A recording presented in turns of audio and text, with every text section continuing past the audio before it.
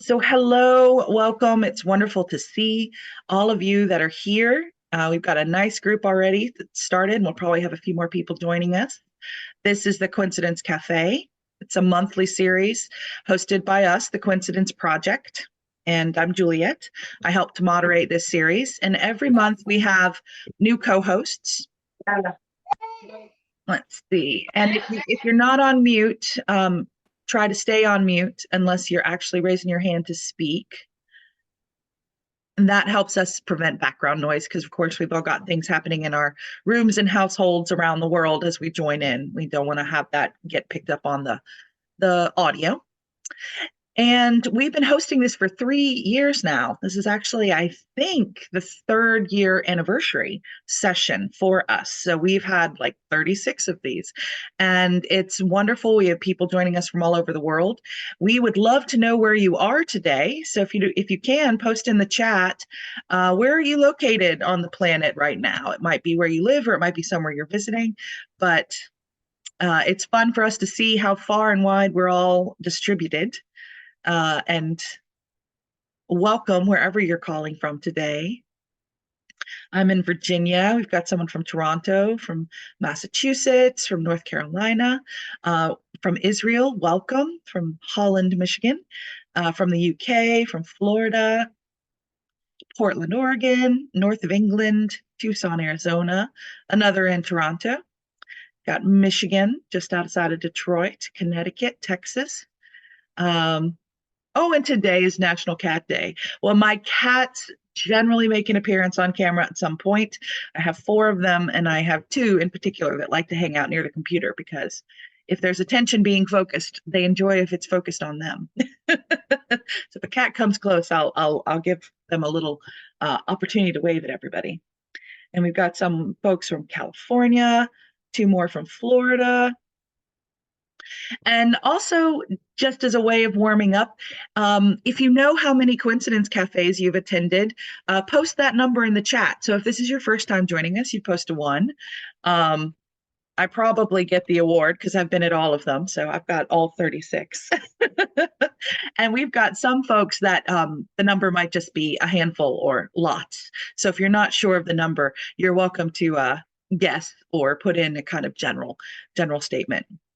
So, we've got a few first timers. Welcome, welcome.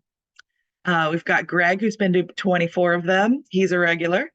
We've got 4, 3 or 4, maybe 7. All but 2 with Mary Kay. I think that's true. Mary Kay is probably our most frequent subscriber and attendee next to myself. 26, go Kirby. And we used to host for a year, we hosted weekly conversations on an app called Clubhouse, and Kirby was in many of those sessions, as was Krista. So they've actually attended even more than just cafe. We got 12, 6, 4, first time. So welcome to everybody. And for those that watch the replay later on YouTube, welcome to you also. We're so glad to have everybody with us. In addition to Coincidence Cafe, we also have a speaker series.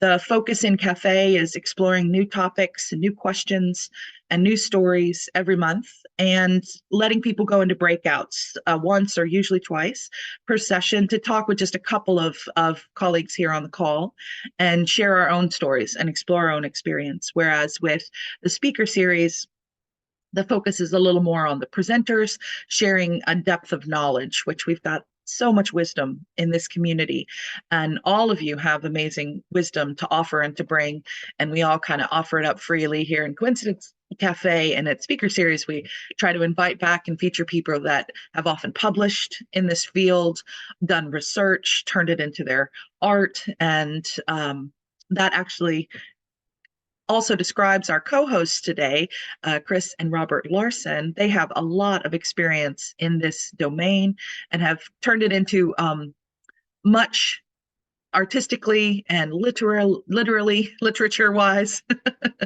and sharing in terms of life experience. So just a couple of group norms.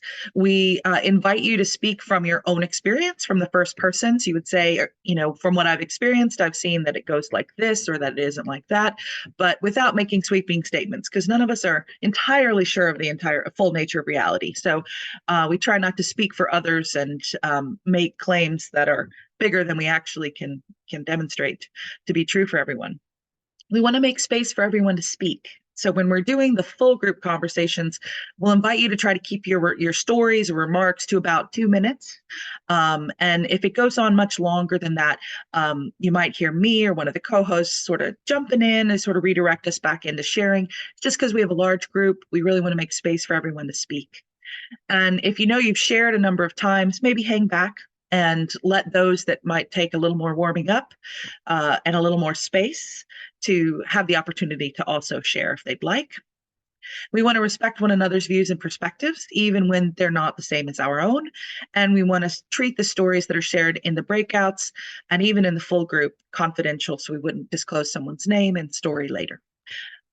So yeah, that gets us started, and I will hand it over now to Christine Larson, goes by Chris, to get us started. And Chris, you can come off mute, and I'm going to add the spotlight feature to you.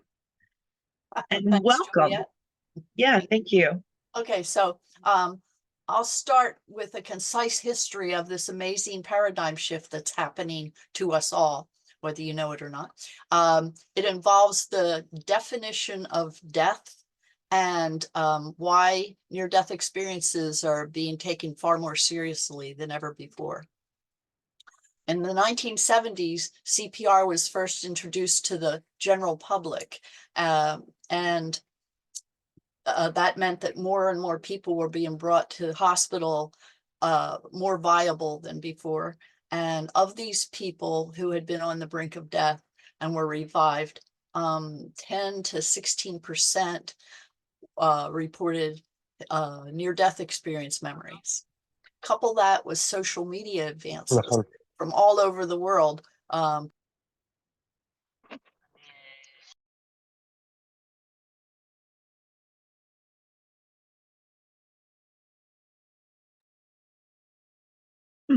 Hey, oh, Chris, you've gone on to mute. How long ago? Okay. Couple sentences. You were saying social media advances. Okay, so social media advances all over the world from all different cultures like us today. I wonder why that did that. Anyway, then artificial intelligence, the AI advances are allowing research to be collated into meta-analysis on near-death experiences for peer review. So I'm going to share my personal account of how my definition of death has evolved. Childhood. When I was little, I thought death was an on-off switch. Yes or no, very dualistic. You're either alive or you're dead. I also want to tell you, of course, all of us know that when we were little, we normalized our experiences. We thought everybody's experiences were like ours. Turns out that's not so. We're all unique individuals. In previous cafes, I remember some people talking about their early childhood memories were very vivid. I'm one of those people. I even have pre-verbal memories. The other thing I want to mention is that all my life I've had out-of-body experiences, which I thought everybody did. They were not just traumatic, also with intense concentration. And I'm going to give you two examples, one of each. In high school, I was required to give an oral book report with the rest of my class. And to top it off and make it more traumatic, our teacher had all the other classmates critique each report. So I got up when it was my turn and I stood before the class and I started my report, and it felt like my heart was going to bounce out of my chest across the room. Suddenly, I was outside the window looking in at the classmates 3 stories up, and I thought, whoa, this is interesting. And I was watching my classmates as they got more and more antsy. And I just kind of hung around out there thinking, whoa, this is really something. And then I saw the teachers start to get up And I thought I better get in there and finish this. So I got back inside and I noticed that my heart had relaxed, and I gave the rest of my report. Now, what's really interesting about this to me is the critiques the students gave. They agreed that it was a fine report, except for that long pause that they all nodded knowingly at each other. That validated my experience for me. Now, one of the out-of-body experiences that was with concentration. I was in a math class trying to learn a very difficult new math concept. And when it suddenly clicked for me, I was 2 towns away, hovering over the Dairy Queen, and I had a visual of all these wires I didn't know were up there. They were really ugly, and people's heads milling around down below. I probably would have forgotten that one if not for the fact that for years, whenever I did that particular type of math, I remembered that view, that crazy aerial view of the Dairy Queen. Fast forward now to my paramedic training. When I was being trained as a paramedic, they taught us that there is a little area of gray between that absolute. It was in precisely 10 minutes from the time someone goes down dead, clinically dead, until the time they're no longer viable. I was taught initially was 10 minutes. That expanded as I was on the job for years to the golden hour, depending on circumstances. And then it became hours with things like hypothermia going on. Now fast forward. So now we've got death as this. Now fast forward to my mom, Rosemary, who was dying of dementia the last 4 years of her life, and she came to live with us. She was an incredible person, and I know you're thinking that I'm biased, but She was. she was very bright, very witty, and her feet almost touched the ground. She was also really well read. Those last few years of her life, while she was living with us, I had very intimate conversations with her. And she did not, it's like she wasn't quite pinned to reality. And for her, this experience of death became very fluid and like a permeable membrane. She was able to wander back and forth and give vivid details of what she was experiencing. And they did not at all seem like just misfirings of a brain. I detail those later. I'll tell you about that. Yeah, in the book. Yeah. Fast forward to the pandemic. Okay, so this was a year or two after my mom died, and the two of us went for our first vaccination. And hours after I had my one and only vaccine, I stopped breathing. We were at Shoal Sanctuary, our nature preserve, welcoming guests to hike the 7 miles of sculpture trails, when I was in the farmhouse welcoming some guests and suddenly could not breathe. The doctors later said it was an autoimmune reaction to the messenger RNA in the vaccine. So I ran outside and took off my mask thinking it was that. I still couldn't breathe. This was the serious struggle for me, the really upsetting, alarming part you hear about with death. I mouthed the words, "I love you," to my husband, because when you can't breathe, you cannot talk. And he asked me, "Does that mean you're dying?" Yeah. And yeah, it was much harder on him than it was on me. But I nodded yes and fell to the ground. Now, once I realized that it was futile to try to breathe, it wasn't happening, I promise you, death was no different than falling asleep. So here's where it gets really wild. I'm not going to go into all the details. There's not enough time, but I'm going to give you one really powerful, probably the most powerful experience I had during my near-death experience. There was this very, very slow moving line. And I know other near-deathers have experienced tunnels. I didn't, go figure. I don't know whether I was on top of the tunnel or I don't know what this was, but mine was a line, and it always had been, because this very familiar line was familiar, infinite, and incredibly tranquil and loving. And I'm going to tell you about those. So the familiar part is that I knew this line intimately all my life. I had experienced it pre-verbally and even possibly pre-birth. All my life I had, whenever there was something momentous going on, I experienced the lines, and I didn't have to be asleep. I was wide awake, and suddenly I'd sensed the line. One time, for example, I thought, oh, here's the lines, and they were always very enjoyable. And I thought, I wonder what this is about. Nothing's going on. And then the next day I had a miscarriage and did not know I was pregnant. So the infinite part, I relate to you regarding when I was a kid at the Wildwood Boardwalk in New Jersey, and they had a mirror maze. And in the middle of the mirror maze, they had one really big mirror in front and one behind, and you could see yourself to infinity. The difference was that during the near-death experience, no matter which way I looked, it was infinite. Okay, and now the tranquility part.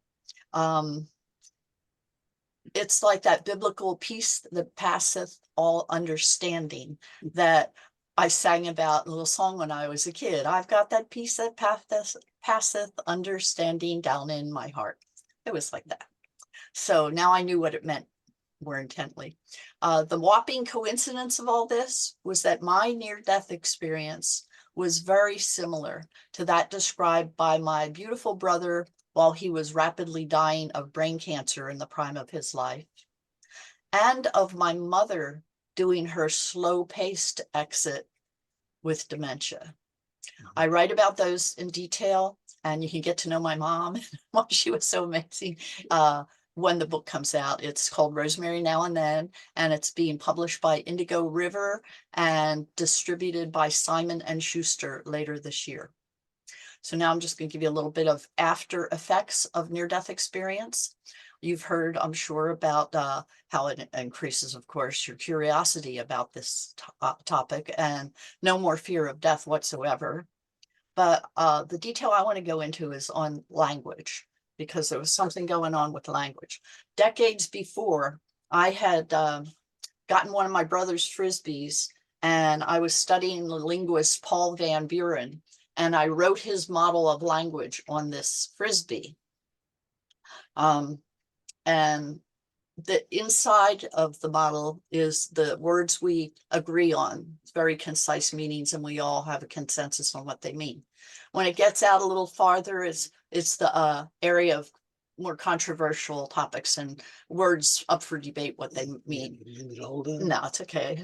And because it reflects. But then along the edge, that's the things we barely comprehend, and we struggle to find words to describe, like love and awe, things like that. Over the edge are all those many, many experiences that we all have that we don't have words for, all those ineffable things. Now, after my near-death experience for, I think it was over a year, I'm not sure, because I lost my ability to speak effectively and also my comprehension of math. I couldn't understand calendars, clocks, anything that happened. I knew it was in the past, but I couldn't tell you whether it was an hour ago or a year ago. And I'm gradually regaining that. Here's what I think was going on. During my near-death experience, out here, this is also come to realize that this is not just a model of language, it's a model of life. This is life. Think of it like the earth, and we have this atmosphere that allows us to breathe and keeps protective, and gravity. And it keeps our feet planted on the ground. And then out here is the beyond. Let's just say it's the beyond. When we're out here, we do not need language. Everything is telepathic, and you understand immediately. While we're alive, we need language to do our best to connect with one another and understand. After experiencing this, it was very hard for me to use language again, and I had to relearn. I would concentrate really hard trying to understand dialogue. And what would happen is I would realize that I'm still trying to comprehend a word and therefore sentences down the communication. At that point, my brain would short circuit and I would be experiencing the line and all was well. It wasn't frustrating, it was exhausting. And so I had an escape valve apparently that had developed. So all our lives, this isn't dualistic. They look dualistic here and there, but actually there's all this energy that's constantly interrelating with us. But for some unknown reason, there's this veil so that we can concentrate on what's going on while we're alive. And our efforts to experience and project loving kindness. The sneak previews involve things like the seasonal cycles, metamorphosis, and I think sleep is our daily rehearsal, like our rehearsal for death. No biggie. When we're unhinged, like I was with the near-death experience and my mom was with dementia, when we're unhinged from reality, I think those parts of us that are unhinged are out here hinged to the beyond, waiting for the rest of us to catch up, and they're very patient. So in conclusion, yes, we are mortal. Our bodies die, warts and all. Yes, we are immortal. Our consciousness, our loving image of God within spirit exists eternally. Now I define death as transition, and I'm going to leave you with the ancient Tao quote. Just when the world seemed about to end, the caterpillar became a butterfly, and I wore an appropriate shirt. So I'm going to leave you with this question. Have you had an experience of existence beyond the physical realm? So let's hear from you now. Thank you, Chris. We're going to organize these breakouts. We did have a question. The linguist you were describing was Paul. Can you give his last name again? Paul Van Buren. Paul Van Buren, and his book was called The Edges of Language. Wing. Fantastic. So Paul Van Buren. And when we come back from the breakouts, we're going to have a chance to ask any more questions and hear from a few folks. We won't be able to hear from everybody in this first debrief round, but if there's something interesting that you want to share, you're going to be with about two other colleagues or one other colleague now in the breakouts. Just make sure everybody has an opportunity to speak, so keep an eye on the time.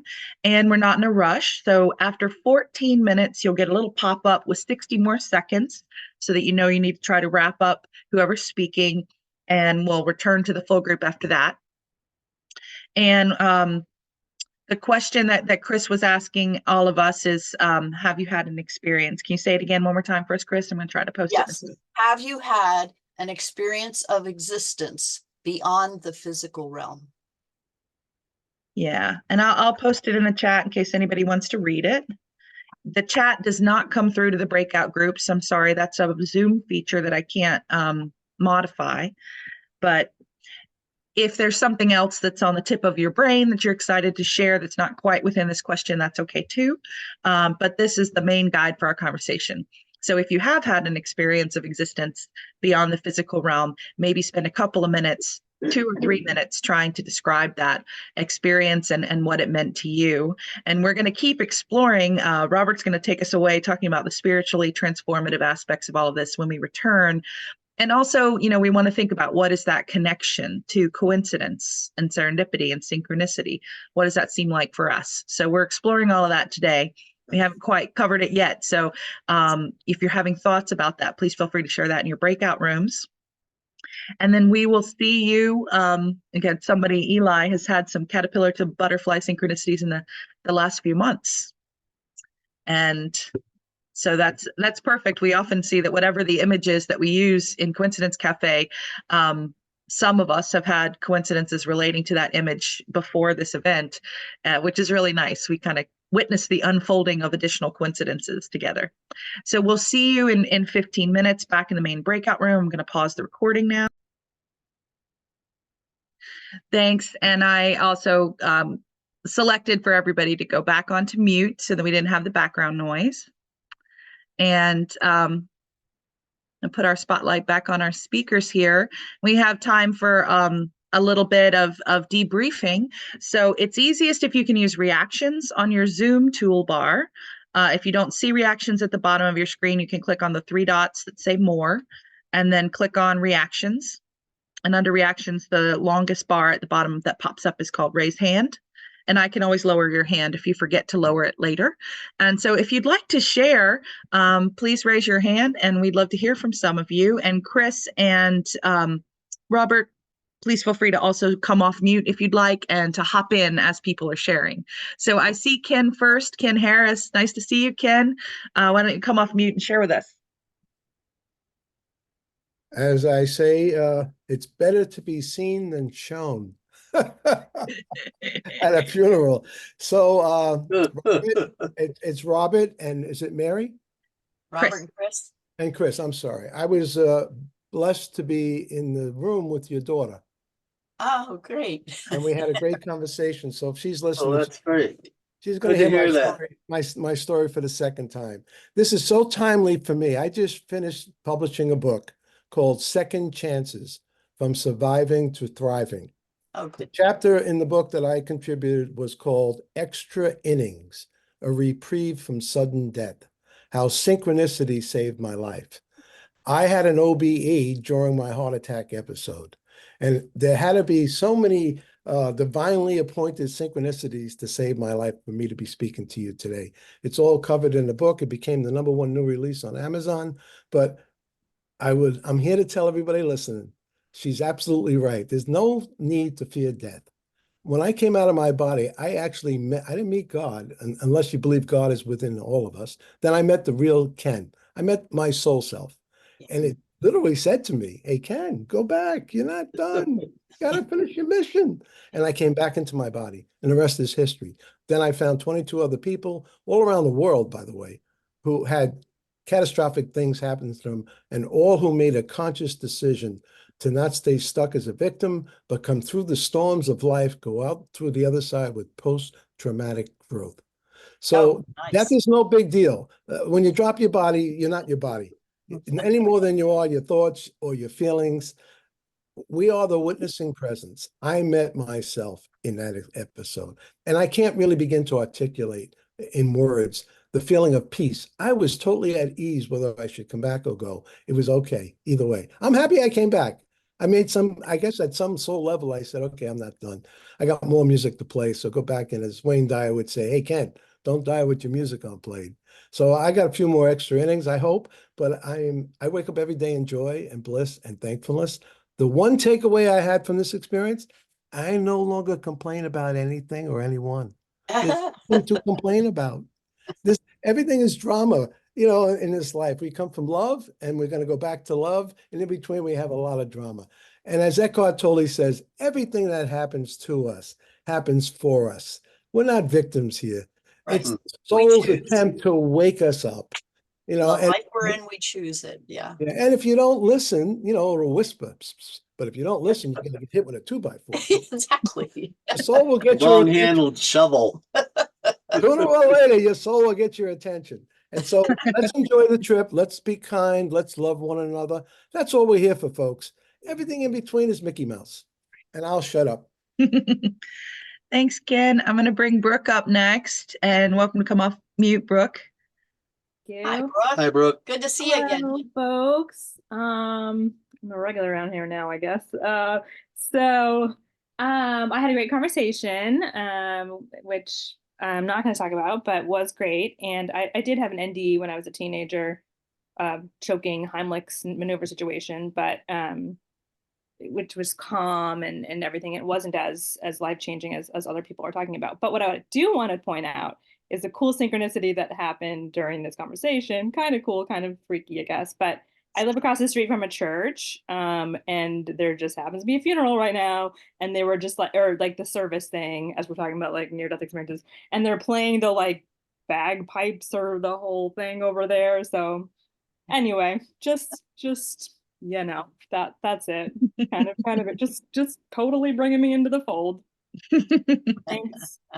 Yeah, and I'll share another coincidence that happened in planning these things, because one of the things that Bernard Beitman and I talked about when we were working to found the Coincidence Project is that we didn't just want to study this in hindsight.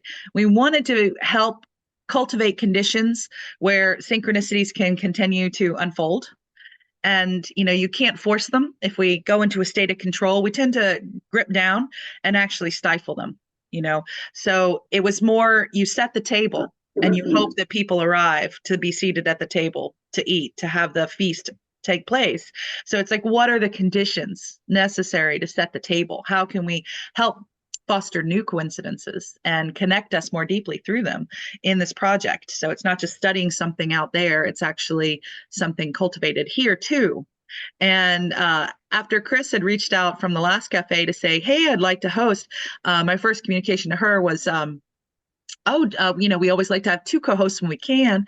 And do you have someone in mind, maybe from cafe that you connected with that you might want to, that you would think of as a co-host? What are your ideas? At the same time, I had reached out to Brooke, because she is a regular now, and said, hey, what do you think about maybe being a co-host of an upcoming cafe at some point? And she was like, yeah, sure, I'm open to that.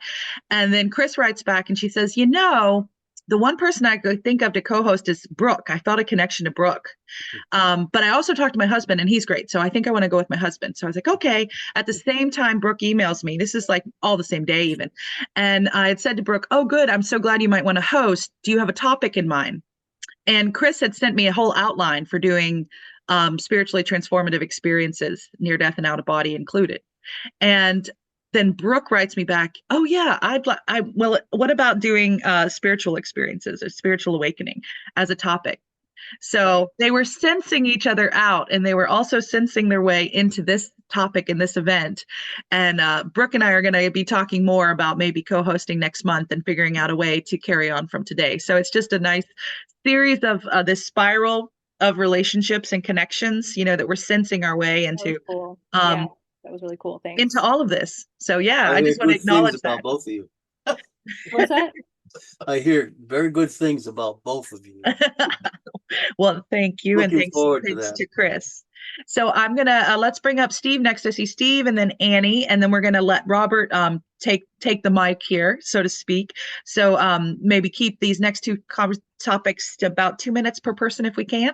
So Steve, you're next to come off mute. Nice to see you, Steve.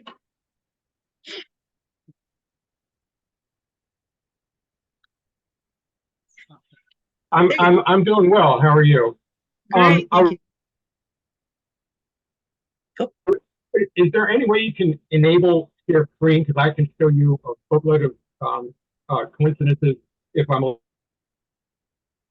allowed to show maps that I made from my screen with you guys. Just run you through it real quick. Yeah. Sharing the screen. Yep. I've got it set now. Okay, I got it. Let's see. All right. Notes. So we could have 11. Come on. There we go. There's a map. Right. Yep, there's a map. This is Montgomery County, Maryland. DC is down below it. I'm sorry, the map is. Let's see, there's Washington, DC. I lived in Montgomery County, Maryland. I was living with my folks. My mom developed terminal cancer. I can't remember the date straight off. Oh, I've got it. But anyhow, it doesn't matter. So anyhow, she was in the hospital for 2 weeks. She came home, and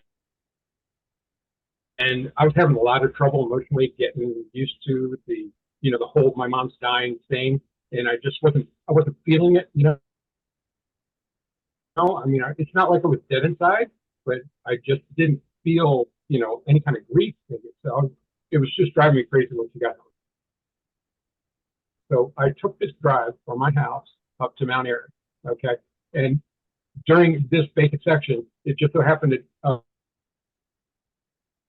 R. Adam Cowley, the father of trauma medicine, was on WTOP, the news station, during that time, and he explained a couple of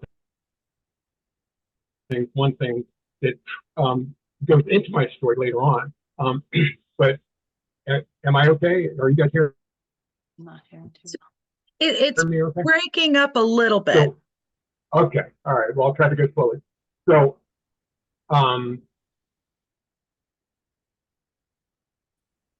anyhow, he was talking Steve, right as I maybe went lean by into your that. microphone a little bit.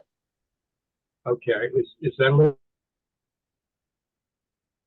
bit better? So anyhow, Reception. this is the location of my first accident, and I'm sorry, my buddy Jerry and I, he invited me to a dinner a week later, okay, and it just so happened that we followed the same exact path to that dinner. And as we were driving home at 12:15 a.m., which made it 15 minutes into the 40th day that my mom when cancer first raised its ugly head in my mom. And this is the ambulance that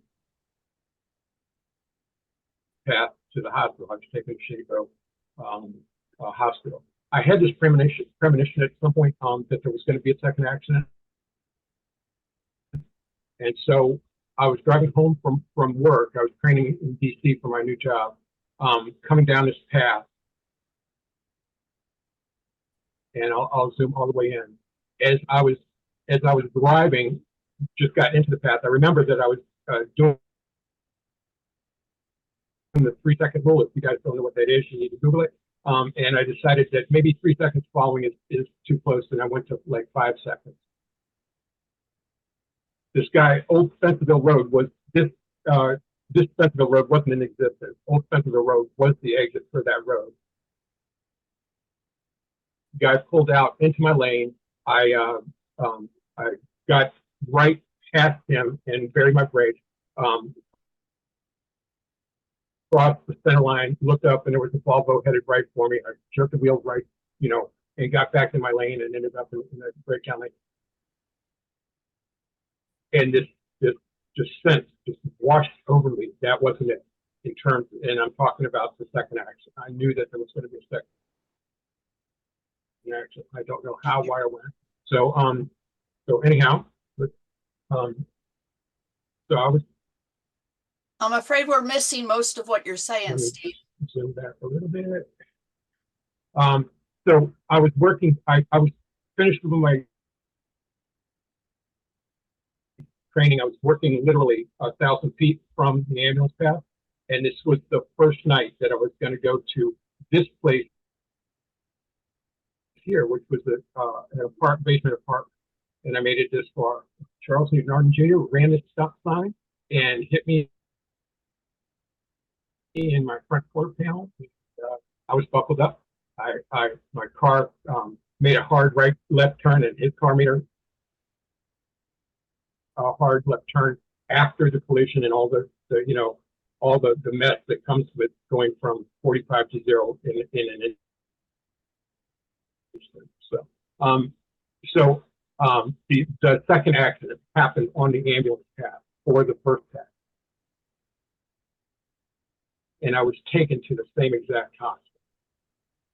Does that make sense to you? Can't hear. Yes, it broke up a little bit. I think I was able to turn up my volume and catch it. So anyhow, yeah, just if you can wrap up, just because we're going a little past time now. yeah, absolutely. I didn't mean to take that much time. Go ahead. Oh, no problem. Yeah, can you do the stop screen share?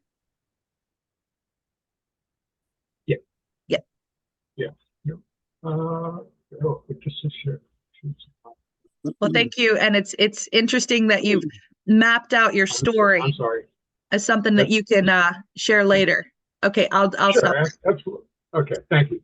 All right, thanks, Steve. And Annie, Sorry. if you can save your. Okay, thanks, Steve. actually, we need to go ahead and I think move forward so Robert has a chance to speak. So Annie, if you'll just hang on to your comment, and we'll get you at the second round of debriefs. We'll have you go first, okay? So just hold your comment, but don't forget it. And I'm going to go ahead and turn it over to Robert. So Robert, take us away here. Well, hello. I'm going to start by telling you about something that you might call a resting meditation. I was waking up in the morning, getting ready to get out of bed, and I don't jump right out of bed in the morning. I lie there and I meditate, I pray, I think about my dreams. I was doing that, and when my head was flooded with a light that was whitish, it was kind of like inside my head and outside my head a little bit. This light didn't fill the whole room, but I felt, or I sensed, or I heard the words, "Mine eye is thine, and thine eye is mine," kind of coming together. And I took the words as coming from God, and I understand it. I've been thinking about it for decades now, but I understand it as God telling me that there's a reciprocal relationship going on, that at times when I can see things through God's eye, but there are other times when God uses my eye to see things, and maybe some of my other senses as well. And I think that goes for all of us.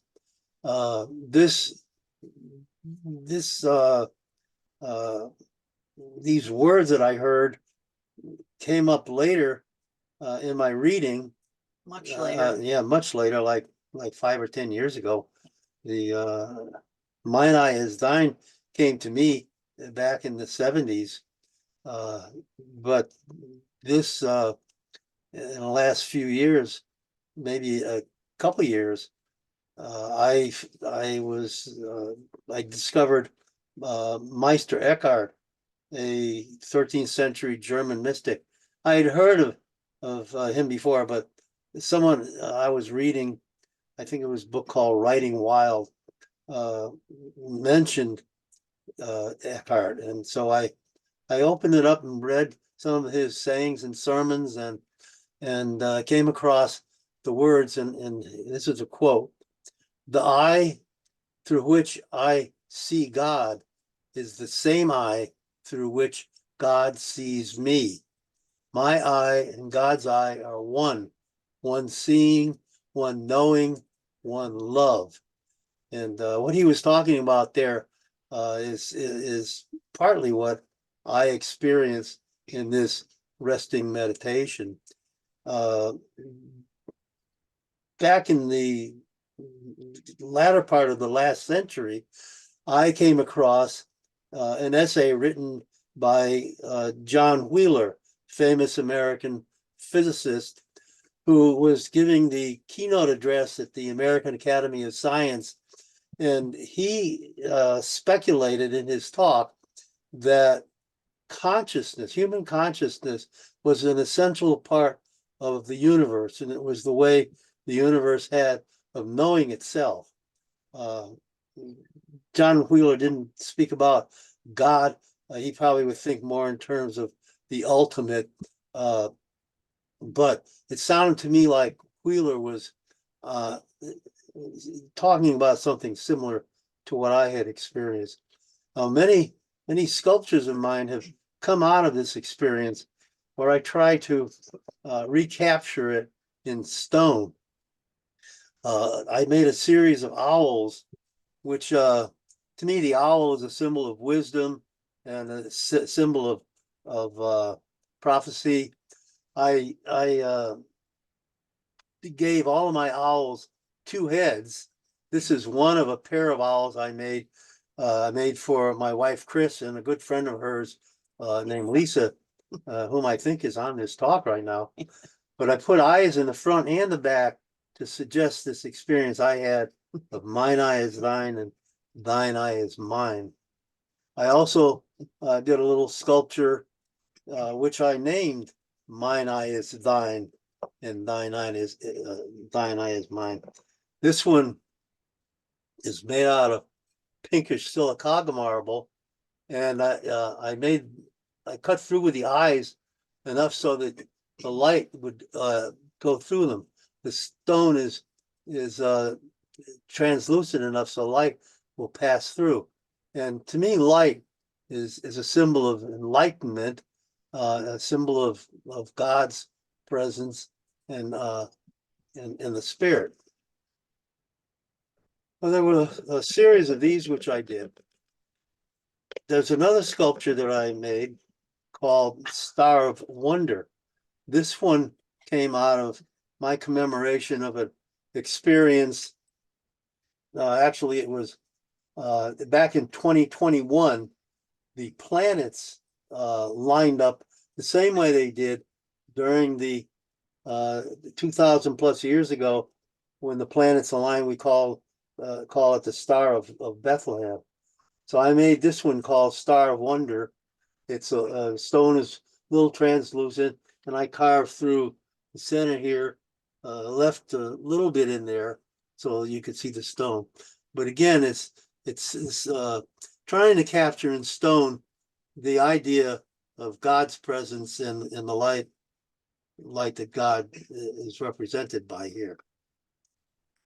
Several other sculptures came out of this series that had to do with astronomical events. And let me tell you about an experience I had. This experience goes back to the middle, I guess the 1970s, 1980s of the last century. I traveled to some very high sand dunes and the northwest part of Florida on the Gulf Coast between Destin and Sandestin. There are 300-foot sand dunes, very high.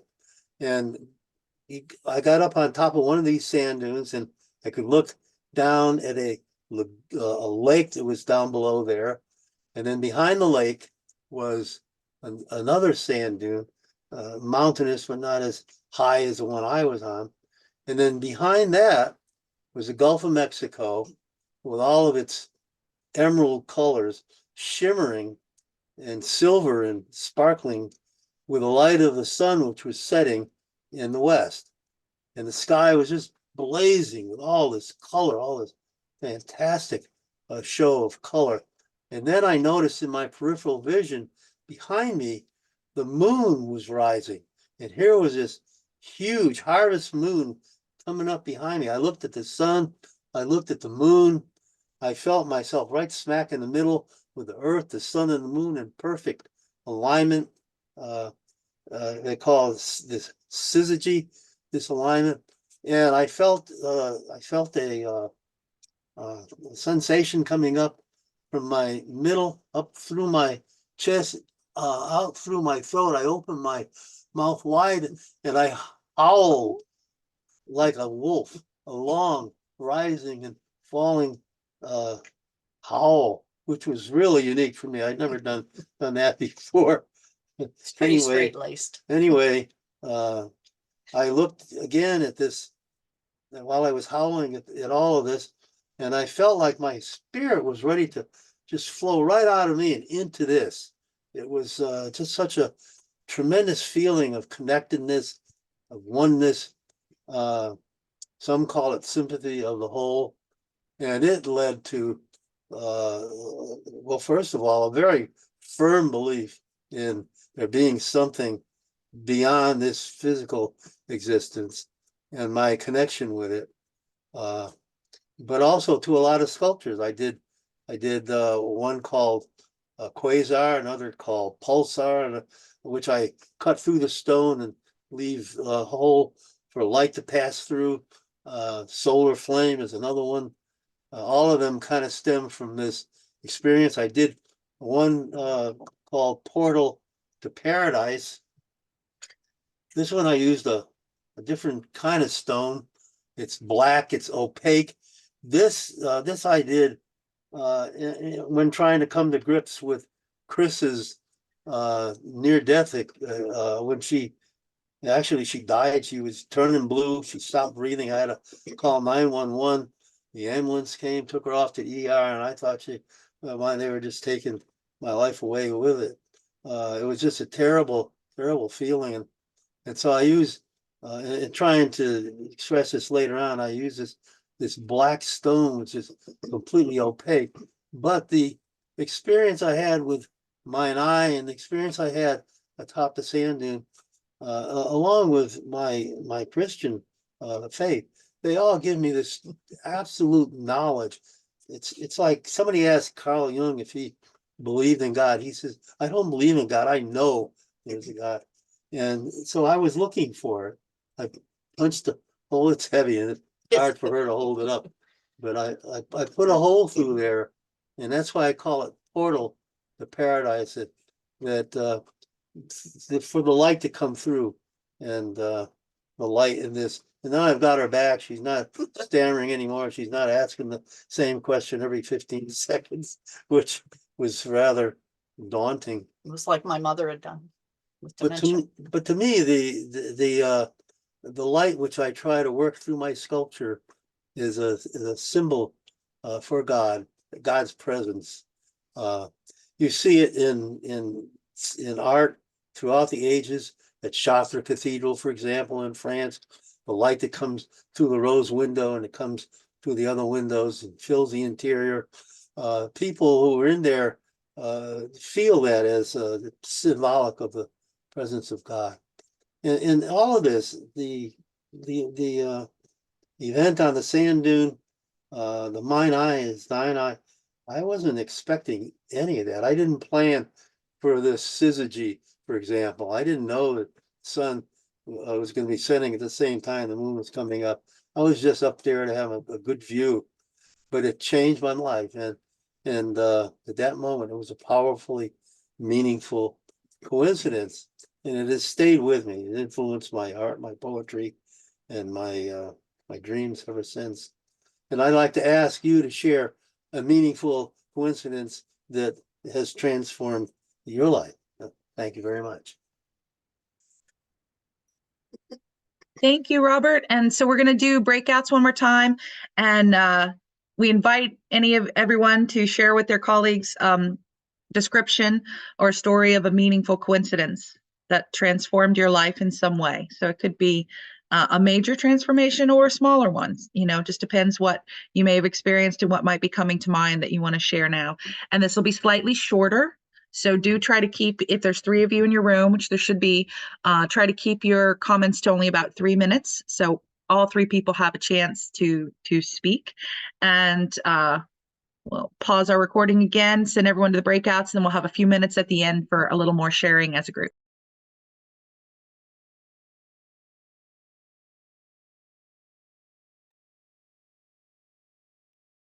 All right, welcome back. I hope you had a nice shorter time this time to chat with your colleagues. And I think we'd like to hear from a few folks. We have about 8 minutes left in our formal program, and we'll want to take a pause, about 2 minutes before the half hour here, just to let Chris and Robert share any thoughts again, and thanking them so much for all of their wisdom and expertise in leading such an interesting series of topics here today.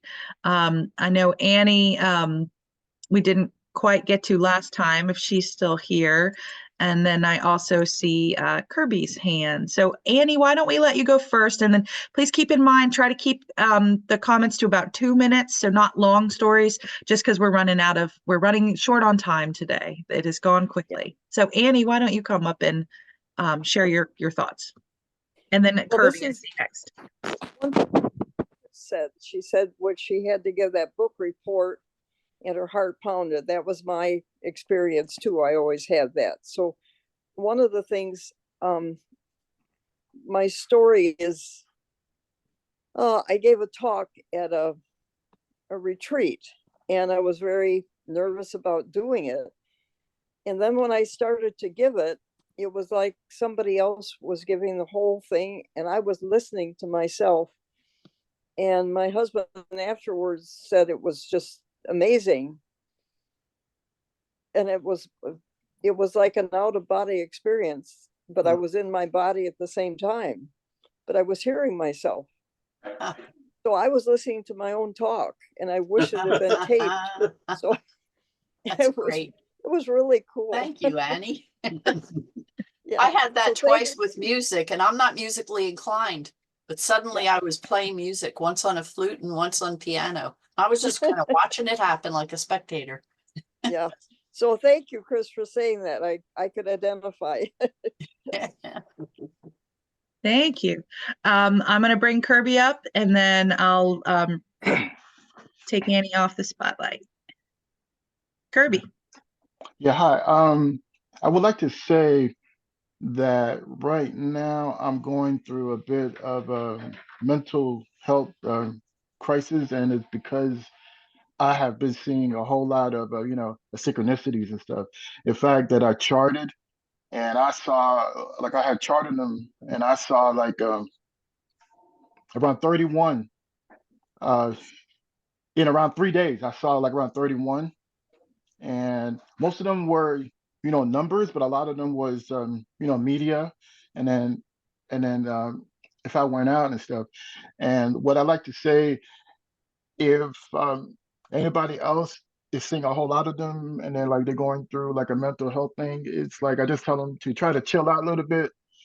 You just need to take a little break, because I'm taking a break from work right now, and I know that it is going to make sense and stuff, but in one way, it's really amazing when you see all the type of synchronicities, and it's increasing. But at the same time, things might go a little crazy, but you just got to chill out, and then like it will make sense. So I'm in a process right now, and then I hang it tough, but it is quite amazing and quite scary when you see it all the time, so you're trying to sort this out, okay, because it's a lot of information, and then like you just try to sort it out, and then like, so like sometimes you might need to take a break a little bit and stuff. I mean, it's an amazing feeling, but it's like we're just a little speck in the whole thing of the universe, and it's really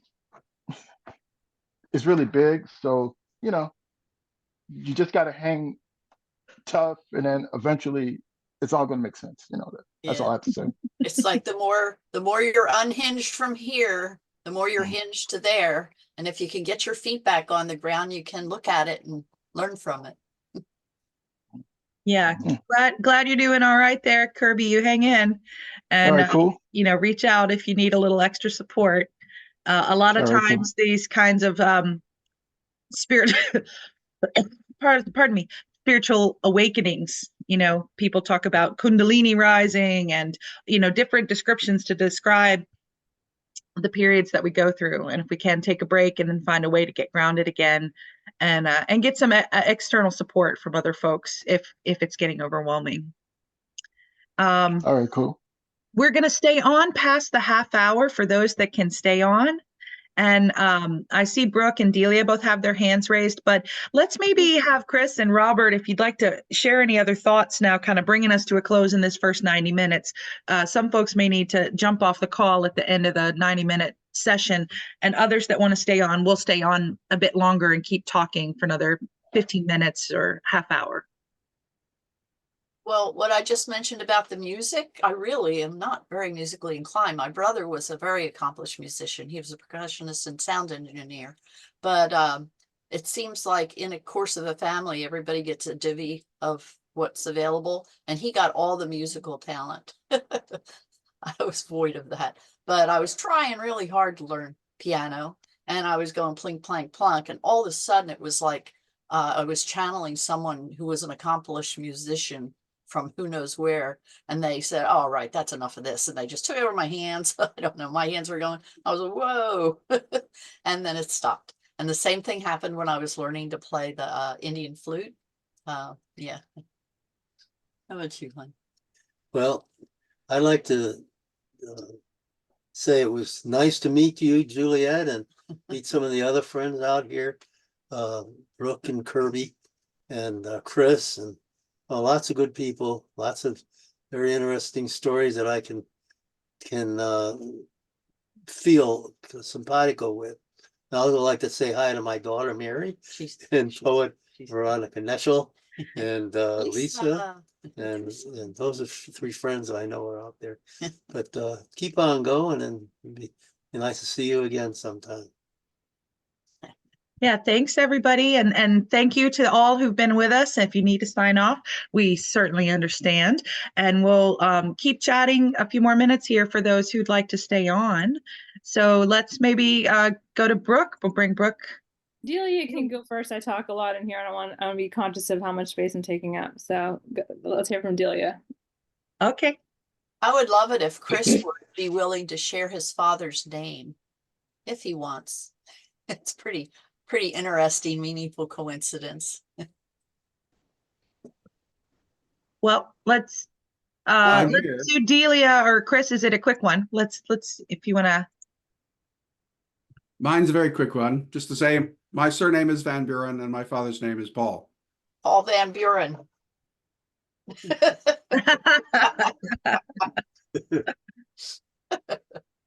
Excellent. All right, so Delia, let's hear from you. Yes, Chris was in my breakout group earlier, so I heard him talk about the Van Buren connection. And actually, this is what I wanted to share. I shared in that first breakout group, but it has stayed with me since 9/11. So this is what I'm getting ready to read. I've had it in my possession for 20 years because it really resonated for me. I keep it in a folder like this, and it's actually an email that I sent out to about 100 people. And it was dated 2002, so it was the year after 9/11. And it's a quote from the book of Thornton Wilder, The Bridge of St. Lucie, won a Pulitzer Prize for literature back then, 1928 actually, the winner. And it's a parable about the struggle to find meaning in chance and inexplicable tragedy after a bridge collapses in Peru, killing 5 people. And Tony Blair came to the United States to after the British citizens were killed at the attack at the World Trade Center. And this is what Tony Blair read that day. But soon we will die, and all memories of those 5 will have left the earth, and we ourselves shall be loved a while and forgotten. But love itself will have been enough. All those impulses of love return to the love that made them. Even memory is not necessary for love. This is a land of the living and a land of the dead, and the bridge is love. The only survival, the only meaning. So they actually made a movie, The Bridge to St. Lucie, which I watched, and it has a very prophetic theme to it, and it's an older movie. Probably can see it somewhere, but I always just felt that this made such a bold statement that can relate to 22 years later, knowing that, there are thousands of people in our realm passing every day. And so we need to keep the perspective of what love means. Thank you, Delia. You're welcome. And Brooke, let's hear from you. Yeah, you're on mute. There you go. There you are. Okay, so I have to follow that. Well, I have a question. First of all, I have a connection to 9/11, so there's that too, because I lived a few blocks at the time from there, literally like 0.5 miles. Whoa. So that is a whole story. But I I guess my question today is, I have two questions. I'm jumping on the Kirby question train at the end here. Two big questions. So number one is like, how do I not get freaked out? Like when I come into this group, we're talking about NDEs, there's a funeral outside with the bagpipes, there's the 9/11 story, there's a, and I try to stay grounded and not be in fear, but at the moment I have some of that creeping in for me, right? So that's sort of my first question, because it can get overwhelming and scary, especially when it's like around topics like this. That's my first big question. My second question is, how do you, where is the line between like synchronicity and like precognizance? Like, like if I put $22 in my pocket one morning just because I have a weird feeling, and then later in the day, like there's something that comes up, then it's $22, I have to pay cash for it or whatever. And it's like, I have that money in my pocket. Like, where is that line? Because I feel like I'm riding on that line these days. And those are two very big questions. If anybody wants to respond to either one of them, thank you. Or message me. I have a suggestion, an easy suggestion. Stop drawing lines. Just enjoy it. And then regarding your first question where you were talking about the fear, I can relate to that from when my brother was dying of brain cancer, and he had just had brain surgery, and he said he was at level 10 or 12 on the 10 scale, pain so severe that he could not reach over and push the button to call the nurse.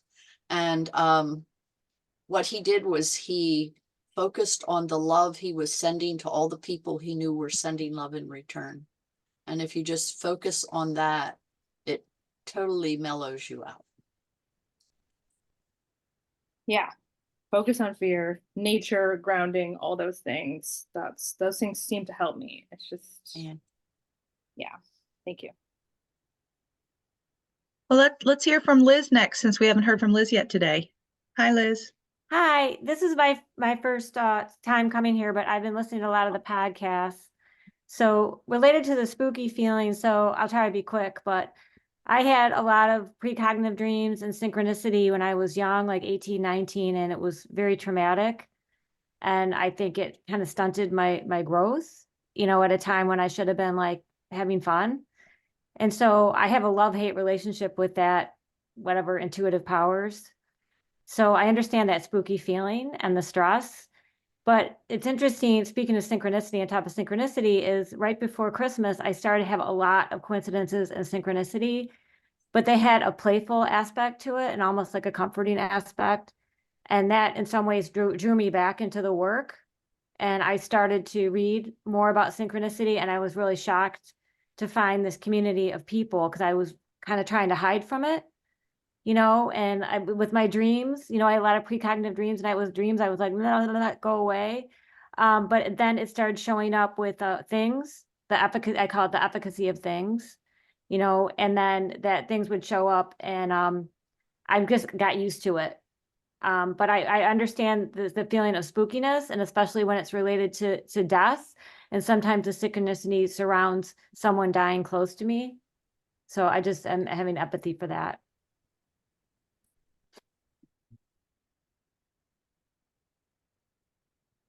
Good to have you with us, Liz. Yeah, thank you. Thank you for being here and sharing and stepping into the discomfort. Part of this journey for us is to find a way to be with our discomfort and take care of ourselves. Like Kirby was saying, take breaks when we need to care for ourselves and not be overwhelmed. And when we feel the capacity to lean in, even though it's unfamiliar or it seems a little frightening or threatening or just weird or not invited, but there it is, whatever it is. But I think there's not a great word that I know in the English language for our capacity to get more comfortable with our discomfort. Because it's a noun, sometimes it's a state of being that you recognize you're in a state of having become more comfortable with your discomfort. And it's also a verb. So I feel like there's either one word or two different words that we need that I can't find. There's But probably a Yiddish word. I'm just saying, I don't know it, but I know Yiddish, and I know there's a word that would meet that. So I will ask some of our colleagues who speak Yiddish if that's a language that has it, because some other languages are just much more subtle and nuanced. You know, the Eskimos having like 52 words for snow, and the fact that we need just as many words for love. You know, there's so many different dimensions and extents and applications of all of it. But I teach meditation, and that can be a skill that helps us to get more calm and more grounded, but not always, because if we're in a lot of distress, meditation can actually bring our attention entirely into the distress we're feeling emotionally or physically or spiritually or all of the above. But different contemplative practices can help to bring that grounding. And I really think it helps us with that skill of becoming more comfortable with our discomfort.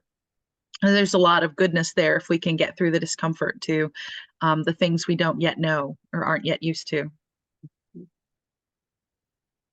And I see Annie's hand again. Did you want to add something, Annie? Yes, we were talking about love. And if we see love as light, and light is really all the colors of the rainbow, that's really one color. And maybe one way to see it is our physical life is like pigment. And when we die, it's kind of like a bridge going to our spiritual life. And that's when we have our refracted color. So when each one of us die, that means our hue is finally going into the spiritual realm. And so even when we're here on the alive, we can still emit our spiritual hue. So that's something I've been writing about a lot, and it's kind of becoming a little more clear to me about pigment and refraction. I know that because pigment, you put it all together, it becomes mud.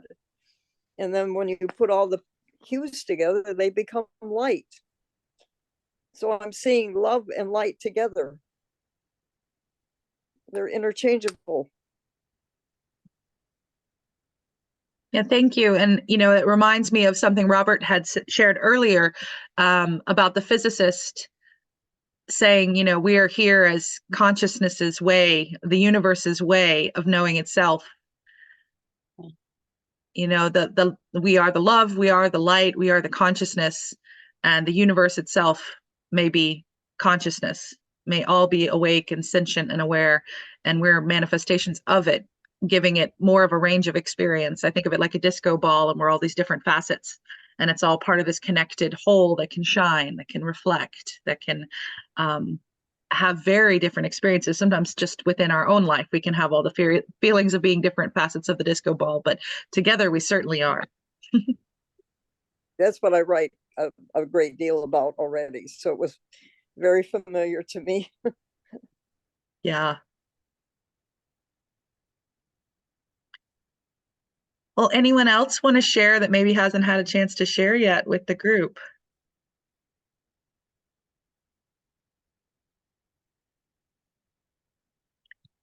We're hanging in. We're just feeling the connection. Just breathe into the connection, you know, and, you know, you even want to put your hand on your chest. Just here we are.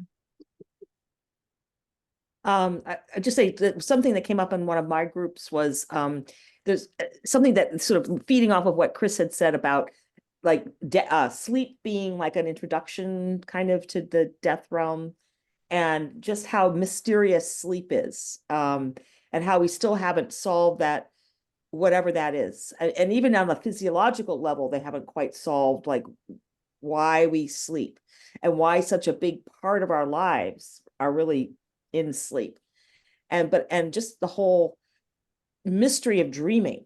As I told the group, one time I had experience with a taxi driver where I don't know how we got on this topic, but he made the statement like, yeah, it's like when you're dreaming, it's like you're walking in the realm of the dead, you are with the spirits.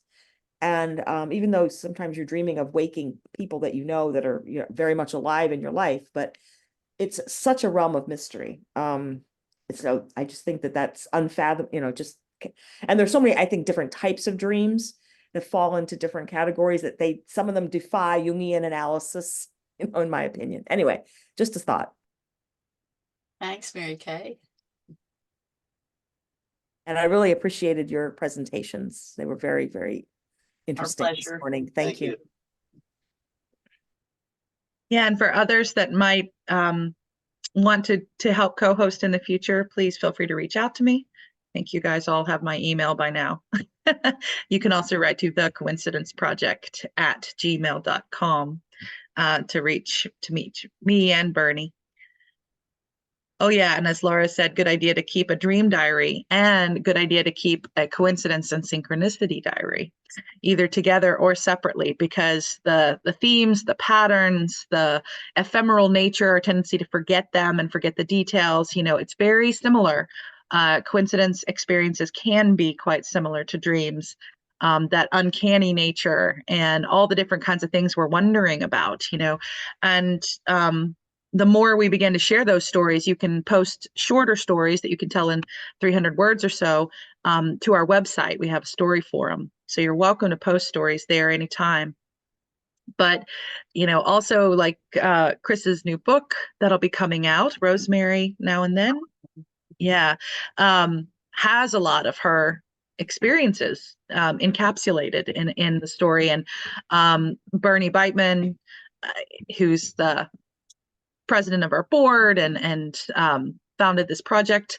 His next book is a coincidence memoir, and we'd even love to see that become a new literary form, a kind of subgenre of memoir or biography that people might tell their life story through the lens of the different, maybe spiritually transformative experiences and coincidences. Sometimes they seem like the same thing, and sometimes they might seem like two different categorizations.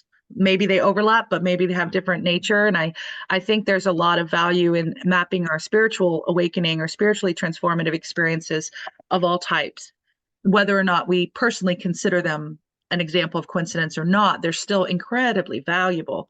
And I think the symbols and the patterns and the realizations that arise through them keep relating into our other synchronicity experiences as well.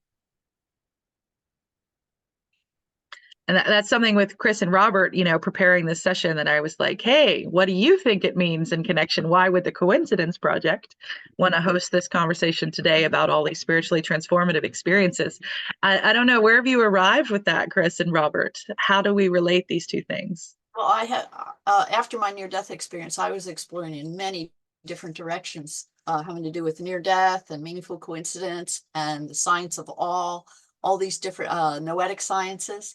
And I always longed to get them together, especially Bernie and with meaningful coincidence and the near-death experiences, because I was seeing so many correlations. And I thought, I'll do it. So that's what today was. Yeah, and we have a partner organization called Spiritual Awakenings International. They're trying to gather organizations looking at spiritual awakening, looking like at an umbrella, consciousness. right? Mm-hmm. Yeah. So they're trying to be a connector, and they have like thousands of organizations around the world in their network now. And Bernie and I presented for them a year ago, helping to kind of bridge this together, the coincidence, synchronicity, and the spiritually transformative or spiritual awakening experiences. And all of the founders of that organization and members of their board have had near-death experiences. So they started as NDE experiencers who wanted to investigate that more, and then it kept growing and growing and growing. And so they're also looking for, hey, how can we bridge the gap more? So maybe we'll do something again with them in the future. That'd be really rich. But I was so grateful to Chris for wanting to do this topic, because we've studied a lot of facets now, the disco ball again, a lot of facets of meaningful coincidences. And, we're going somewhere together in this journey. And it should have forward-looking value, as well as the value of kind of understanding this present moment and reflective value, looking back and making more sense of things. We'd also like the Coincidence Project to be contributing in a positive way to your lives, but also to the world, the wider world, beyond people that'll ever hear of us. But we'd still like to make a positive difference in this reality. There's so many humans and plants and animals and ecosystems and societies that are in a lot of pain, that are experiencing a lot of hardship and loss. And life on this planet, in the way that we understand it now, does not seem at all certain. You know, the Native American tradition was to look back 7 generations and forward 7 generations, and to always keep that number of 7 kind of in mind as a sacred number. And ourself in this present moment was also seen as the center of 7, like the syzygy that Robert told, which was such a beautiful story. I'm going to carry that story with me, Robert. It was really touching to hear that. But the 7 directions for a lot of indigenous cultures is north, west, east, south. Also the 4 elements: fire, air, earth, and water. And it's also below, above, and within. So carry these 7, maybe help the 7 generations to come. And That's I a great actually, topic. yeah, That'd be a great maybe topic. we'll do that one. Also, I have someone knocking on my door, so let me step away, Oh, but you that's guys funny. keep talking, okay? I'll be I would love to hear Coincidence Cafe about other species and relating to other species besides our own. Mhm. And boy, wouldn't it be great if Veronica would volunteer to do that? She That Yes. would be really neat. Yeah, I mean, I do animal communications and things like that, and it Yes. would be interesting to, you know, to I'd be have a, very interested in that. Heck yeah. And well, maybe Manitou. we'll have to talk about how to do that. I don't know how that gets You just facilitated talk or to what I would need to Juliet. do, but Yeah, okay. you just talk to Juliet. That would be great. Good to see you. Yes. Same to you, definitely. It's been too long. Yeah. Veronica is one of those people who is brilliant with the pen. She's got a way with words. She's a marvelous poet. Mhm. Thank you. You flatter me. It's no flattery. I'm surprised not to see you surrounded by animals right now. Do you have anybody on your lap at the moment? Let's see. Well, Squig Elf is sitting at the bottom of the bed right now. Usually he is trying to stand on my head, but which we fight about because I have a really bad neck. Yeah. But he's definitely wants to be a hat. No, the other guys they're on their they're all doing their own thing right now. I don't know why I don't. They haven't chosen to join us this time. I don't think we heard from Murat. Murat, am I saying that right? Murat. Murat? Yes. It's Yeah, just it's it's just correct. the 5 of us. If you'd like to interject something, Murat. Well, actually, I was 1.5 hours late to the meeting. Oh, So when it ended, I joined. so you're catching But the tail end. right. And I was missing these meetings probably for a few months now. Uh-huh. I'm always missing the 3rd Saturday. I'm catching the 2nd one, the 4th one, but the 3rd one is always being missed. Yes, all the others are too late for us. Some meetings in the evening. I'm in my pajamas by 6 p.m. That's right. But I'm up That's at right. 4. Mhm, Well, mhm. I hope, Mira, because you've joined us now, that now you're getting into our shared mutual gravity. You're part of our little solar system again, pull you back in, help make the 3rd Saturday an auspicious one for you to join us. Yeah. Yeah. It's great to be here. Veronica. No matter how late I am, I just want to join because we should get used to joining and contributing to these kinds of meetings. Oh yeah. So I hope I will not miss the next one. I will Good. be just. Hi, little one. I just sorry.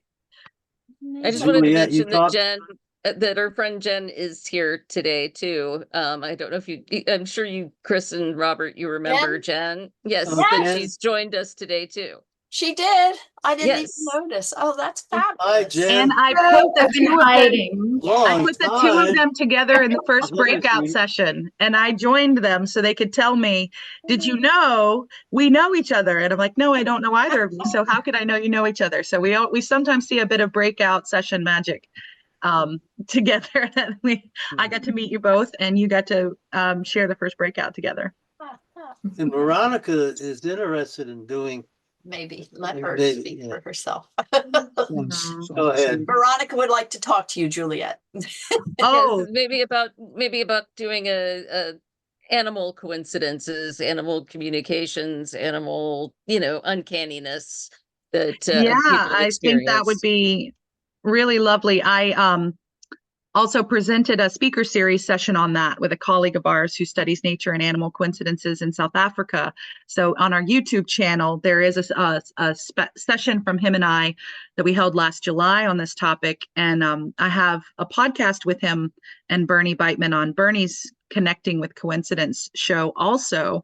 But it's something we would love to highlight. So Veronica, can you send me in the chat? You can send it as a private message, your email, and I will definitely follow up because it's near and dear to my heart and part of what I like to focus on. All of us in Coincidence Project have sub areas that are of particular passion and interest for us, and that's mine. I'm all about compassion and the human and more than human, all beings kind of environment that we live on this planet.